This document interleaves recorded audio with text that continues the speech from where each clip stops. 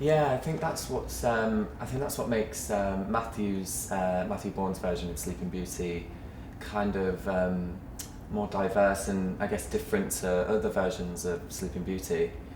I think he's took really exciting elements and kind of like put it into the story, you know, with the whole vampiric feel, and obviously I won't give too much away, but you know, as you get to Acts 3 and 4 of the show, where the story really starts to build and there's high tension, yeah, it gets very exciting, not only for the audience but for us performers on stage as well. It's kind of people would think it a challenging one, I guess, because you know, you're kind of working with both genders. For me, it was just really fun. I've never played a woman on stage before, so that was really quite interesting. And I think also for me, I've never portrayed a role that exudes so much evilness. So that was really fun for me to kind of get my teeth into as well, to play something a lot more dark and menacing and kind of be out to ruin people's lives on stage. And then, yeah, having that difference between, you know, having such a quick change as well from Karabos, you maybe have 10 minutes to then get into Caradoc, so it's quite challenging, but really rewarding actually, and it was really fun for me to find that in rehearsals. Yeah, it's really great. I love it.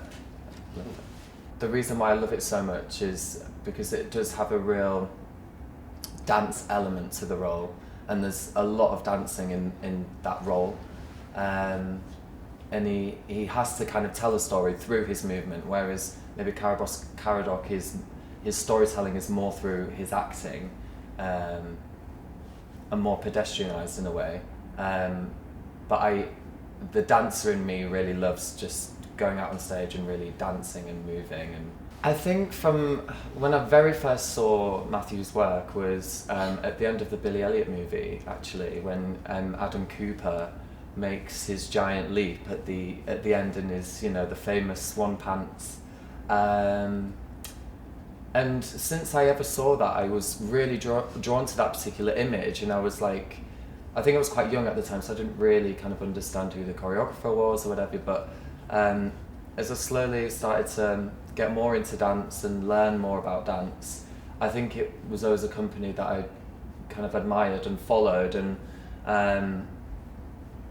when I went to train at Rambert School from the age of 16 to 19, I started to see a lot more of Matthew's work, and would go to Sadler's Wells quite often.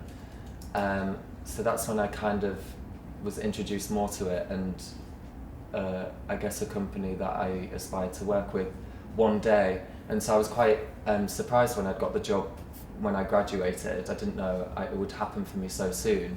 I thought maybe in a few more years and experience, but yeah, I was absolutely thrilled when I got my first job at the company. It was amazing. 目覚めたら21世紀、かつてない名作の感動、待望の日本公演決定。言葉を超えたダンスミュージカル、マシュー・ボーンの眠れる森の美女。